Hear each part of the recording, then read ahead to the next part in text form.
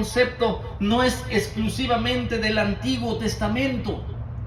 Para que tú sí, porque nosotros siempre nos apoyamos y decimos, ahora estamos en el tiempo de la gracia, ahora estamos en un tiempo de misericordia, y nos confiamos y vivimos como queremos, pensando que la ira de Dios ya no existe y es un peligro.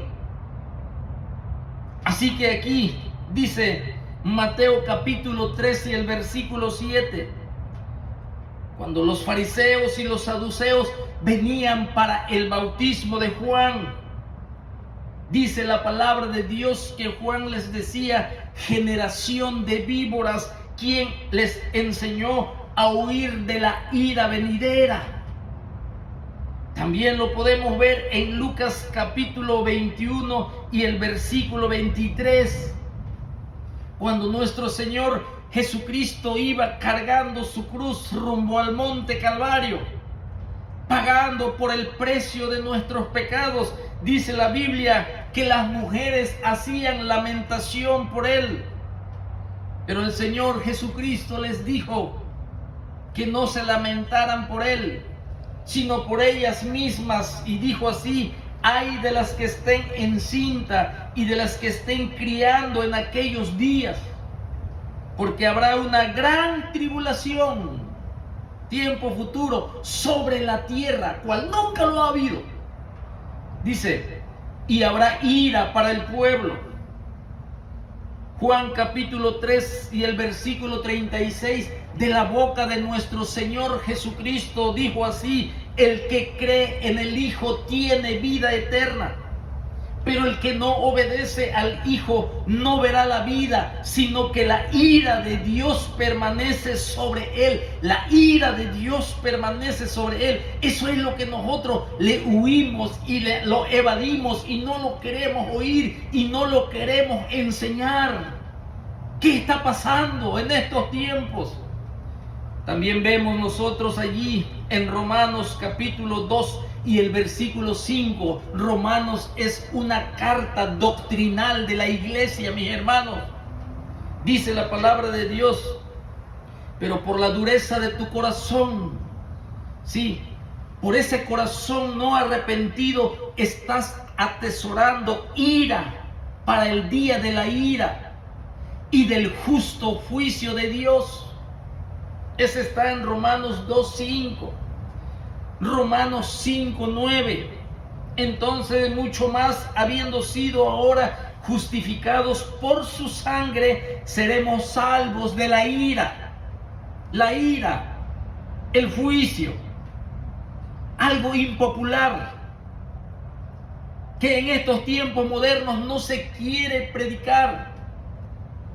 Pero los profetas bíblicos eran muy constantes esta enseñanza, acompañado del juicio de Dios, de la esperanza del Señor y de su misericordia, porque todo esto trabaja junto en el Señor. Su misericordia, su bondad, su ira, su indignación, su justicia, su santidad, todo está en armonía. Y vemos nosotros entonces que en Efesios capítulo 5 y el versículo 6, otra carta doctrinal para la iglesia, dice que nadie os engañe con palabras vanas, pues por causa de estas cosas la ira de Dios viene sobre los hijos de desobediencia. Dios, mis hermanos, viene sobre los hijos de desobediencia su ira. Capítulo de Hebreos 4, versículo 3. Porque los que hemos creído, dice, encontramos en este reposo, tal como Él ha dicho, como juré en mi ira. Vemos Apocalipsis capítulo 6 y el versículo 16. En aquel tiempo, cuando Cristo venga, dice que decían los hombres incrédulos que rechazaron el evangelio de la salvación, hablaban con los montes y con las peñas cuando estaban viendo esas catástrofes, ese juicio. Ellos decían: caiga sobre nosotros y escóndanos de la presencia de aquel que está sentado en el trono y de la ira del Cordero. Jesucristo es la ira del Cordero. También vemos aquí, mis hermanos, en Apocalipsis 14, versículos 9 al 10. Entonces lo siguió otro ángel, el tercero, diciendo a gran voz: si alguien adora a la bestia y a su imagen y recibe una marca en su frente o en su mano, él también beberá del vino del furor de Dios, que está preparado puro en la copa de su ira, y será atormentado con fuego y azufre delante de los santos ángeles y en presencia del Cordero. Apocalipsis 19:15. De su boca sale una espada afilada para herir con ella a las naciones y las regirá con vara de hierro. Él mismo pisa el lagar del vino del furor de la ira de Dios Todopoderoso. Apocalipsis 19:15. Antiguo Testamento y Nuevo Testamento, así ligeramente algunos textos bíblicos.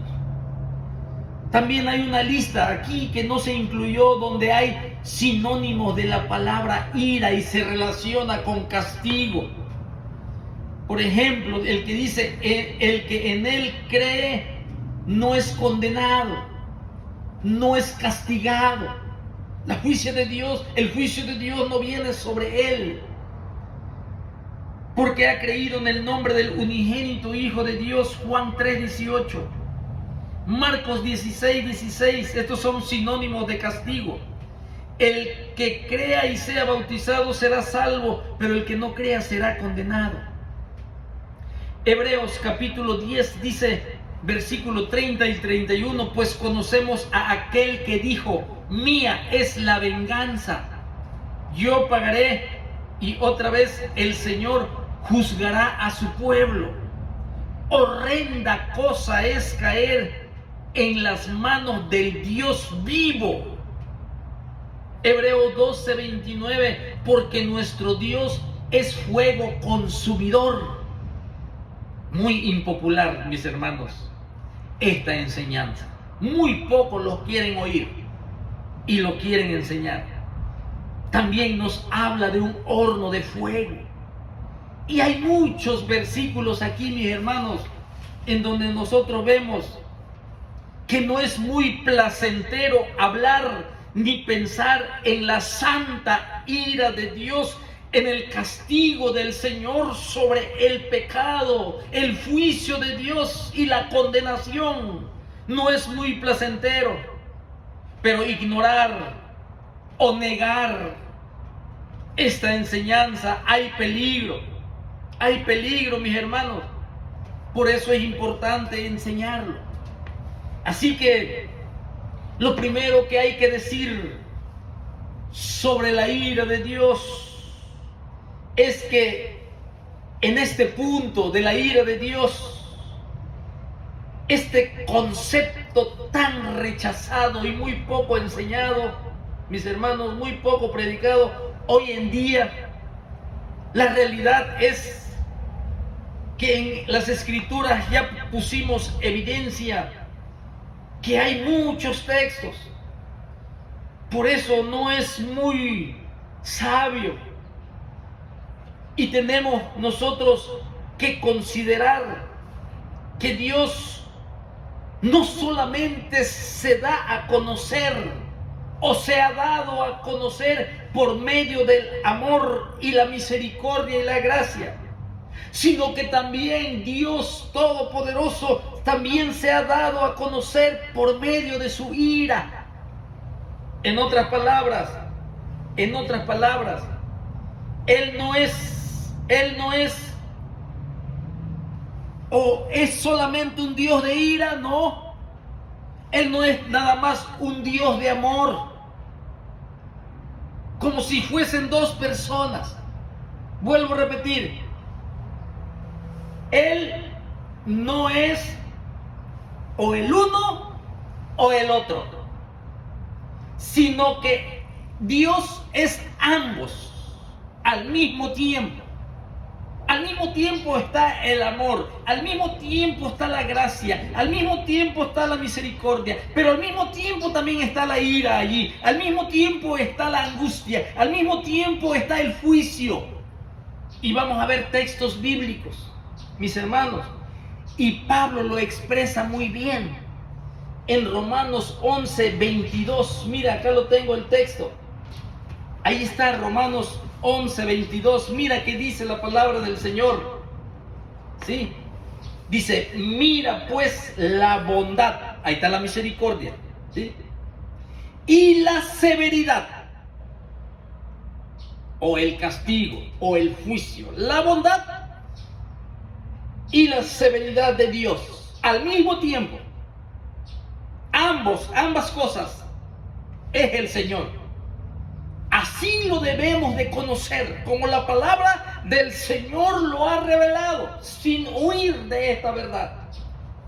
La severidad, dice, ciertamente para con los que cayeron. Está hablando de Israel. Acuérdense que Romanos capítulo 9, capítulo 10 y capítulo 11 nos habla el capítulo 9 del pasado de Israel. El capítulo 10 nos habla del presente de Israel y el capítulo 11 nos habla del futuro de Israel. Israel cayó y hubo severidad de Dios en él. Mirad pues la bondad y la severidad de Dios. La severidad ciertamente para los que cayeron, los que no creyeron cuando vino el Mesías. Pero la bondad para contigo. La bondad para aquel que lo aceptó. La bondad para aquel que reconoció que ha pecado delante de su Dios Creador. Pero la severidad es para aquellos que lo rechazaron. Al mismo tiempo, severidad y bondad.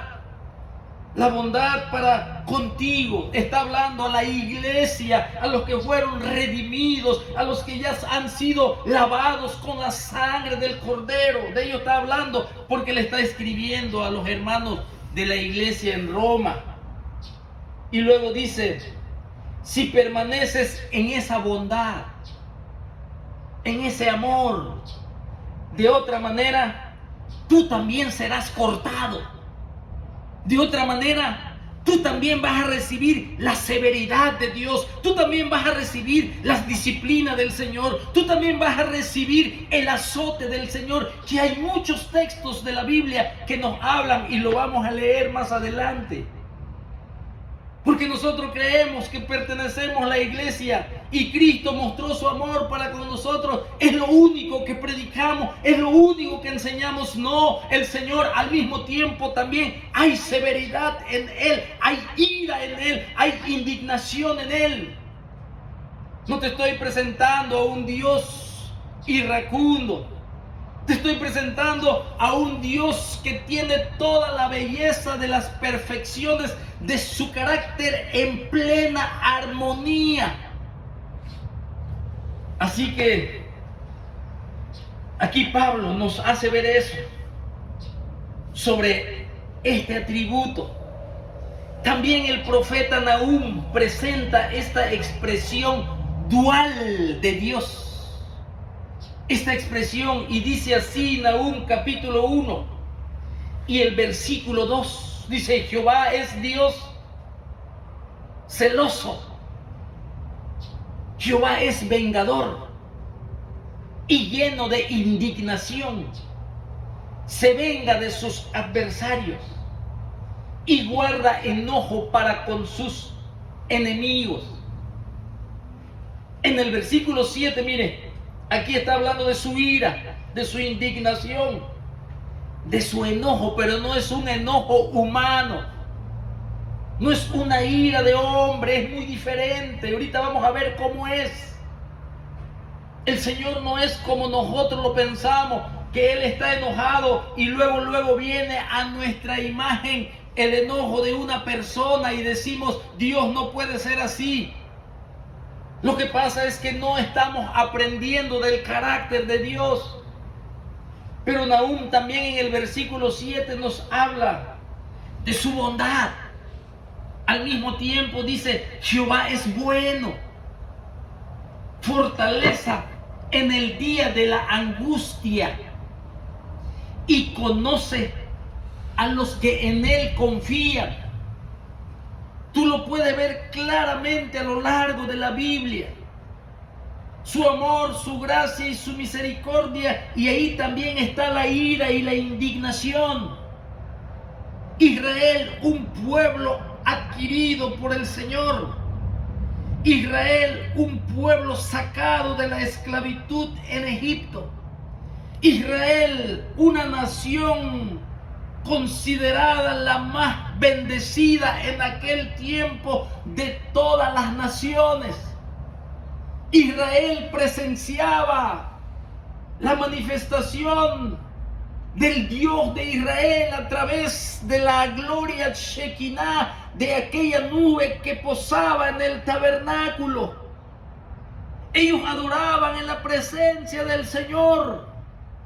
Aquella nube que los condujo en aquel mar rojo que se abrió para que Israel pasara en seco. El pueblo tenía su mirada en aquella gloria Shekinah que les dio la victoria sobre la muerte y sobre la esclavitud. Israel gozó de las bendiciones más grandes. Y cuando llegó el tiempo, a través de las muchas profecías del tiempo de los reyes, que los profetas hablaron de que Israel se arrepienta de su pecado y se aleje de su idolatría, Israel no entendió. El profeta Isaías también se dice que fue rechazado por predicar que la ira de Dios venía sobre Israel en el tiempo futuro. Él no le tocó vivir aquel horrendo y sangriento ataque de los babilonios. El que le tocó vivir fue el profeta Jeremías. Un profeta que vivió ese tiempo tan duro y tan difícil, en donde el pueblo oía a los falsos profetas que decían paz, paz, paz. Hay paz y vendrá paz. Nabucodonosor no vendrá para lo que, como dice el profeta Jeremías. La ira de Dios no lo querían aceptar. Es un peligro no aceptar que la ira de Dios es real a través de su palabra, así como pasó en el tiempo del profeta Isaías, así como pasó en el tiempo del profeta Jeremías, así como pasó en el tiempo de Ezequiel. Ezequiel se predicaba, pero en Babilonia a los ancianos todavía no habían destruido el templo ni Jerusalén. Ezequiel miró cómo la gloria de Dios abandonaba el templo. El templo ya venía para ser destruida porque la presencia del Señor ya se había alejado. Ezequiel lo vio. Y cuando vino el tiempo turbulento, aquellos caballos tan veloces como leopardo, aquellos jinetes que volaban como las águilas, con la gran rapidez y el furor para conquistar a Jerusalén a través de Nabucodonosor y su ejército, que el Señor permitió en su juicio y en su ira, que el pueblo no creyó, y fue un gran peligro para ellos, porque no se dieron ni cuenta cuando llegó el mal. En estos días también, si ya no estamos aprendiendo de que esa es una enseñanza todavía fresca en estos tiempos, vamos a ver versículos bíblicos en el Nuevo Testamento que concierne a la iglesia, que en realidad aún todavía nosotros podemos ser castigados, aunque seamos de la iglesia de Jesucristo.